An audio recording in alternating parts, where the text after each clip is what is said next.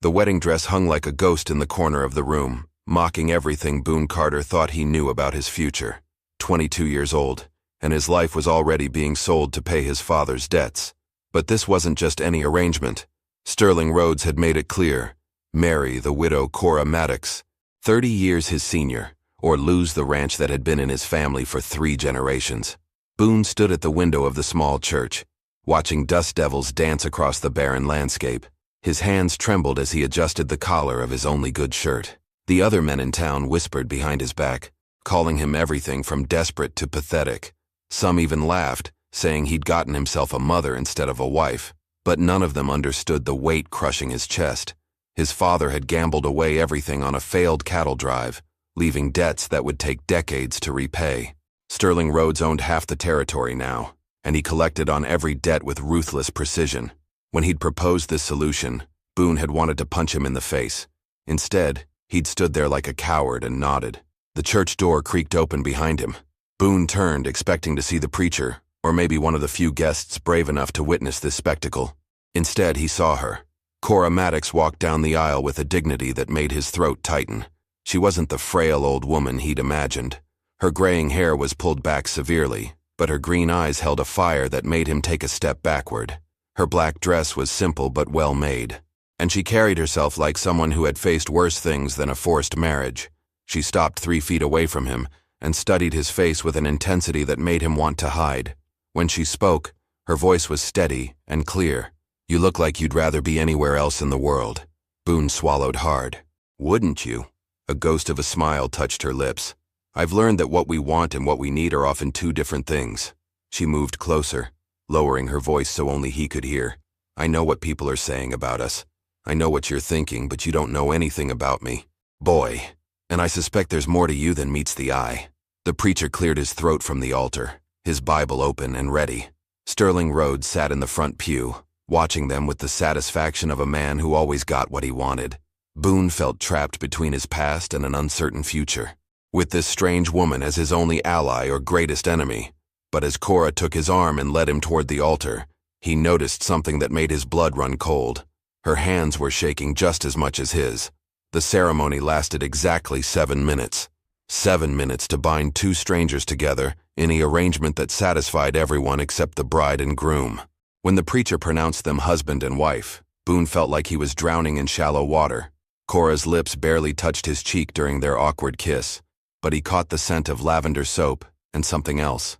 Something that reminded him of his mother's garden before the drought killed everything. Sterling Rhodes approached them immediately after, his smile as cold as January wind. "Congratulations, Mrs. Carter. I trust you'll find married life agreeable." He turned to Boone with barely concealed contempt.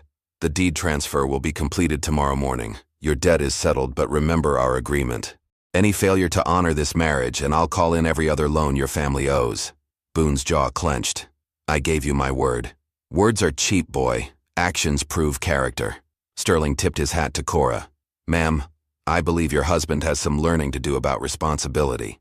After Sterling left with his satisfied smirk, Boone and Cora stood alone in the empty church. The silence stretched between them like a chasm neither knew how to cross. Outside, the wind rattled the windows, and dust filtered through the cracks in the walls. "Your place or mine?" Cora asked, and for a moment Boone thought she was making a joke, but her expression remained serious. "I don't have a place anymore," he admitted. "Lost it 3 months ago. Been sleeping in the barn at Miller's ranch, doing odd jobs for food." Cora nodded as if this wasn't surprising news. "Then you'll come to my house. It's not much, but it's ours now, I suppose." She paused at the door. "There are rules, though. Things you need to understand before we take another step." Boone followed her outside to where a sturdy wagon waited. As she climbed up to the driver's seat with practiced ease, he noticed the rifle secured beneath the bench. Her movements were confident, like someone accustomed to depending on herself. "What kind of rules?" he asked, settling beside her. Cora snapped the reins and the horses started forward. "First rule, don't expect me to cook, clean, or tend to you like some hired help. I'm not your mother or your servant. Second rule, my bedroom door stays locked. We may be married on paper, but that's where it ends until I decide otherwise." The wagon creaked along the rutted road toward the edge of town. Boone watched her profile, trying to understand this woman who had just become his wife. What's the third rule? Cora was quiet for so long he thought she wouldn't answer. When she finally spoke, her voice was barely above a whisper. Don't ask about my first husband. Some stories are better left buried.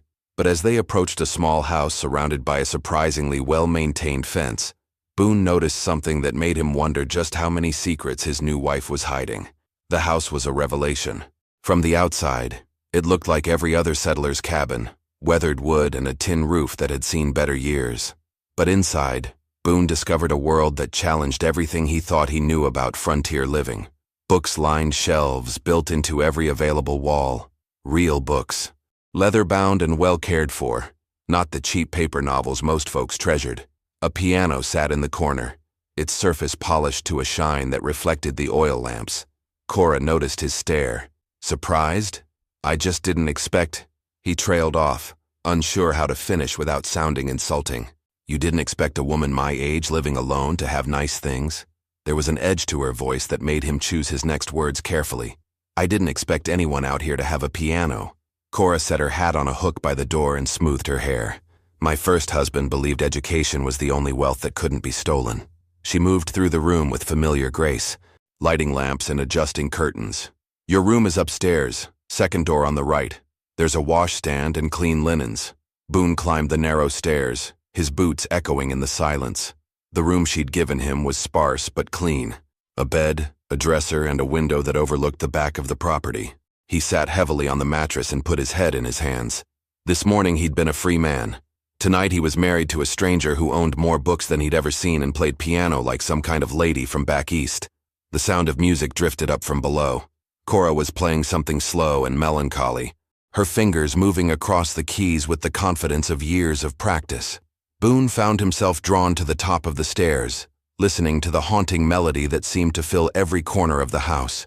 The music stopped abruptly. Are you planning to stand there all evening, or are you going to come down and eat? Embarrassed at being caught, Boone descended the stairs. Cora had set out cold beef, bread, and preserves on the kitchen table. She poured coffee from a pot that smelled better than anything he'd tasted in months. You play beautifully, he said, settling across from her. I had a good teacher. Her tone suggested the conversation was closed, but Boone pressed forward anyway. Who taught you? Cora's fork paused halfway to her mouth. Someone who's been dead for 5 years. She resumed eating with deliberate focus, but Boone caught something in her expression that hadn't been there before. Fear. Before he could ask another question, the sound of approaching horses made them both freeze. Cora moved to the window and peered through the curtains, her body tensing like a cat preparing to bolt. Get upstairs, she whispered urgently. Now! But it was too late. Heavy boots stomped across the porch, and someone pounded on the door with enough force to rattle the frame. Cora Maddox, we know you're in there. The voice was rough, demanding, with an accent that sounded like it came from somewhere back east. Open this door before we break it down. Cora's face had gone pale, but her movements were swift and precise. She grabbed the rifle from beneath the kitchen counter and checked the chambers with practiced efficiency. There's a back door through the pantry, she whispered to Boone. Take the path behind the chicken coop. It leads to Miller's place. I'm not leaving you alone with whoever that is. You don't understand. These men, they're not here for you. They're here because of something that happened a long time ago. Something that has nothing to do with our arrangement. Another thunderous knock shook the house. Please, Boone, just go. But something in her eyes, the way her hands trembled despite her steady voice, made him shake his head. We're married now, remember? For better or worse, according to that preacher. He moved to stand beside her. What do they want? Before Cora could answer, the door exploded inward. 3 men pushed through the splintered frame, their clothes dusty from hard travel. The leader was tall and lean, with cold eyes that immediately found Cora across the room. His smile was the kind that promised pain. There she is, Mrs. Thomas Maddox, or should I say, Mrs. Catherine Walsh? Boone felt Cora stiffen beside him. Catherine Walsh? That wasn't the name on their marriage certificate. I don't know what you're talking about, Cora said, but her voice lacked conviction. The man laughed. 5 years we've been tracking you, Catherine. 5 years since you disappeared with something that didn't belong to you. He noticed Boone for the first time. And who's this? Your new protector. I'm her husband, Boone said, surprised by the steadiness in his own voice. Husband? The man's eyebrows rose. How touching. Did you tell him about Philadelphia? Catherine? Did you tell him about the bank? About what you took when you ran? Cora raised the rifle, her aim steady despite everything. Get out of my house. Our employer wants his property back. The money you stole, the documents you copied. We know you have them hidden somewhere. The man took a step forward. Make this easy on yourself. And on your new husband. Boone's mind raced. Stolen money. Documents. Who was the woman he'd married just hours ago? The leader's hand moved toward his gun. You've got 10 seconds to decide, Catherine. The easy way, or the way that leaves your young husband widowed on his wedding night? That's when Cora did something that changed everything Boone thought he knew about courage. Cora fired a warning shot into the ceiling, sending splinters of wood raining down on everyone in the room. The sound was deafening in the confined space, and all three men instinctively ducked. But instead of threatening them further, she did something completely unexpected. She lowered the rifle and smiled. You want to know about Philadelphia, gentlemen? About what I supposedly stole? Her voice was steady now, almost conversational. Then let's talk about it properly, like civilized people. The leader straightened slowly, his hand still hovering near his weapon. What game are you playing? Catherine? No game. Just the truth. Cora moved to the kitchen table and sat down, placing the rifle within easy reach. Boone, pour these men some coffee. They've traveled a long way. Boone stared at her like she'd lost her mind. Coffee? Trust me, she said quietly, and something in her tone made him obey. As Boone poured 3 cups with shaking hands, Cora looked directly at the leader. Your employer is Marcus Brennan, isn't he? Still angry about losing his bank? The man's eyes narrowed. Mr. Brennan wants his money back, all $50,000. $50,000? Cora laughed, a sound with no humor in it. Is that what he told you I took? How interesting. She sipped her coffee calmly while the 3 men remained standing, unsure how to handle this unexpected turn. Tell me, did Marcus mention that the money belonged to the Dakota Territory Land Office? Money he was laundering through his bank to steal homestead claims? Boone nearly dropped the coffee pot. $50,000 was more money than most people saw in a lifetime. You're lying, the leader said, but doubt crept into his voice. Am I? Did he tell you why I worked at his bank? Why a woman with my education would take a clerk's position in Philadelphia? Cora's green eyes blazed. Because my husband, the real Thomas Maddox, died investigating Marcus Brennan's illegal land schemes. Died mysteriously, after asking too many questions about missing federal money. The leader's 2 companions exchanged glances. This wasn't the story they'd been told. I didn't steal anything, Cora continued. I retrieved evidence of federal crimes. Evidence that's been sitting in a safety deposit box in Denver for 5 years, waiting for the right moment to surface. You're bluffing, the leader said, but his conviction was wavering. Cora stood and walked to the window, gazing out at the darkening sky. Maybe I am. Or maybe Marcus Brennan sent you out here to kill the one person who can prove he's been stealing from the United States government. She turned back to face them. The question is, gentlemen, are you prepared to hang for murder when this all comes to light? That's when Boone realized his wife wasn't just protecting stolen money. She was protecting evidence that could destroy one of the most powerful men in the territory. The leader's face darkened as Cora's words sank in. You expect us to believe Marcus Brennan is some kind of criminal mastermind? He's one of the most respected businessmen in Philadelphia. Respected men have committed the worst crimes in history, Cora replied, especially when they think they're untouchable. She moved closer to the 3 men, her fear seemingly replaced by something harder. Tell me, how much is he paying you for this job? A few $100? 1,000? That's none of your business, the leader snapped. It is when you're risking your necks for pennies while he's stolen enough to buy a small city. Cora's voice dropped to barely above a whisper. Do you really think Marcus plans to let you live after you retrieve his evidence? You've seen his face, you know his business. Dead men don't collect payment or tell stories. Boone watched the exchange with growing amazement. This woman he'd married was dismantling these dangerous men with nothing but words and logic. The 2 companions were shifting nervously, clearly reconsidering their situation. She's lying, boys, the leader said, but sweat beaded on his forehead. Don't let her get in your heads. Am I? Cora walked to a bookshelf and pulled out a leather journal. This belonged to my husband. Every detail of Brennan's operation is documented here. Names, dates, amounts stolen from federal land purchases, even the names of territorial officials taking bribes. She opened the journal and read, June 15th, 1869. Brennan deposited $12,000 in territorial funds into his personal account. Payment recorded as consulting fees for land evaluation services never performed. One of the companions stepped forward. Let me see that. Jake, don't, the leader warned. But Jake was already reading over Cora's shoulder. His face went white. Boss, this has Governor Hartley's signature. And Judge Morrison's. If this is real, it's real, Cora said quietly. And there are 40 more entries just like it. Marcus Brennan has been systematically stealing federal money intended to help settlers claim their land. Money that was supposed to build schools, dig wells, establish law enforcement in new territories. Boone felt sick. He'd thought his family's financial troubles were the worst thing that could happen. But this was bigger than lost ranches or forced marriages. This was corruption that affected thousands of innocent families. The leader drew his gun. Enough. Journal or no journal, we have our orders. Hand over everything you took from Philadelphia, or we start shooting. But before anyone could react, the sound of multiple horses thundering toward the house made everyone freeze. Through the window, Boone could see torches moving through the darkness. Expecting more company? The leader asked coldly. Cora's face had gone ashen. Those aren't friends, she whispered.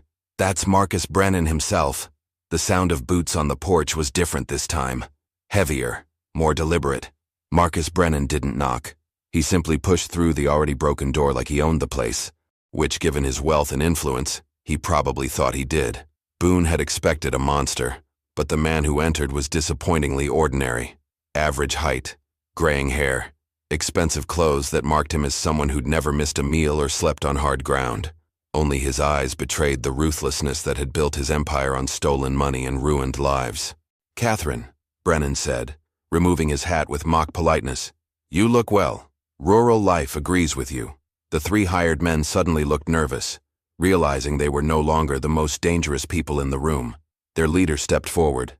Mr. Brennan, we were just negotiating the return of your property. Were you? Brennan's voice was silk over steel. And how did that go? She claims the money was federal funds, says she has evidence of your business dealings. Brennan's laugh was genuinely amused. Evidence? My dear Catherine, surely you realize that evidence only matters if someone with authority is willing to act on it, and I've been very careful to ensure that won't happen. Cora clutched the journal tighter. Judge Morrison might disagree. So might Governor Hartley when they realize their signatures are on documents proving their corruption. Morrison died last month. Heart attack. Very sudden. Brennan's smile was cold. And Governor Hartley? Well, let's just say he's become much more reasonable about overlooking certain irregularities in territorial finances. Boone felt the room shift. The hired men were backing toward the door, clearly wanting no part of whatever was about to happen. Even they had limits. You killed Morrison, Cora whispered. I killed no one, but men in stressful positions sometimes suffer from poor health. Brennan moved closer, his presence filling the small kitchen. Now about that evidence. And the $50,000 you took from my personal safe. It wasn't your money to begin with. Possession is 9/10 of the law, my dear, and I possess the law in 3 territories. Brennan nodded toward his men. Search the house. Tear it apart if necessary. But as the men moved to obey, Cora did something that stopped them cold. She struck a match and held it inches from the leather journal. One more step, and 5 years of evidence goes up in smoke. Brennan's composure cracked for the first time. You wouldn't dare. That journal is your only protection. Is it? Cora's eyes blazed with determination. Or is it the one thing keeping you from killing us all right now? The match burned closer to her fingers, and Boone realized his wife was prepared to destroy everything rather than let Marcus Brennan win. The match burned down to Cora's fingertips, but she didn't flinch. Instead, she smiled at Marcus Brennan with the calm confidence of someone holding all the cards. Did I mention that this isn't the only copy? Brennan's face went white. What? My husband was thorough. He made 3 copies of everything before he died. One is in that safety deposit box in Denver. Another was mailed to a federal investigator in Washington 6 months ago. She let the match burn out and dropped it to the floor. This journal? It's just my personal reminder of what you took from me. Boone watched in amazement as Brennan's carefully constructed world began to crumble. The hired men were already edging toward the door, realizing they'd been lied to and used. "You're bluffing," Brennan said, but his voice lacked conviction. Cora walked to the kitchen window and pointed outside. "See those riders approaching? That's Federal Marshal Tom Bradley and his deputies. I sent word to Denver yesterday about our wedding. Told them if anything happened to me or my new husband, they should investigate Marcus Brennan immediately." Through the window, Boone could see torches moving steadily toward the house. 6 riders, moving with the purposeful formation of law enforcement. Brennan spun toward his hired men. "Kill them both. Now!" But the 3 men were already backing away. "We didn't sign up for murdering federal witnesses," the leader said. "Find yourself some other fools." They disappeared into the night, leaving Brennan alone with his rage and desperation. He drew his own gun, but his hands were shaking with fury. "If I'm going down, you're coming with me, Catherine." Boone moved without thinking, throwing himself between Brennan and Cora just as the gun fired. The bullet caught him in the shoulder, spinning him around, but he stayed on his feet. Cora caught him as he stumbled, her strong arms steadying him. Marshal Bradley burst through the door with his deputies, weapons drawn. "Drop the gun, Brennan." Brennan looked around the room, seeing his empire dissolving before his eyes. For a moment, Boone thought he might surrender. Instead, he raised the gun toward his own head. "Marcus Brennan, you're under arrest for theft of federal funds and conspiracy to defraud the United States government," Bradley announced as he kicked the fallen weapon away. 3 months later, Boone stood in the same kitchen. His arm finally healed from the bullet wound. The house felt different now, filled with laughter instead of secrets. Cora was at the piano playing something joyful while sunlight streamed through clean windows. "Any regrets?" she asked, looking up from the keys. Boone thought about everything that had happened. Marcus Brennan was serving 20 years in federal prison.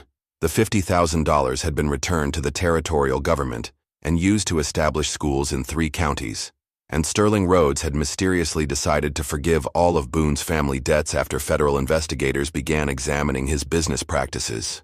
"Just one," Boone said, moving to stand beside his wife. "What's that? I wish I'd known sooner what an extraordinary woman I was marrying."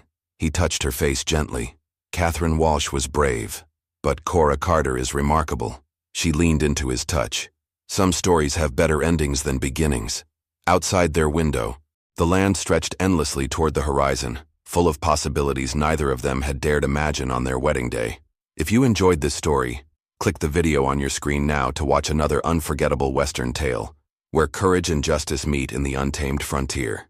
Don't forget to subscribe and consider a super chat to help us keep bringing you more stories like these. Your support means everything to us.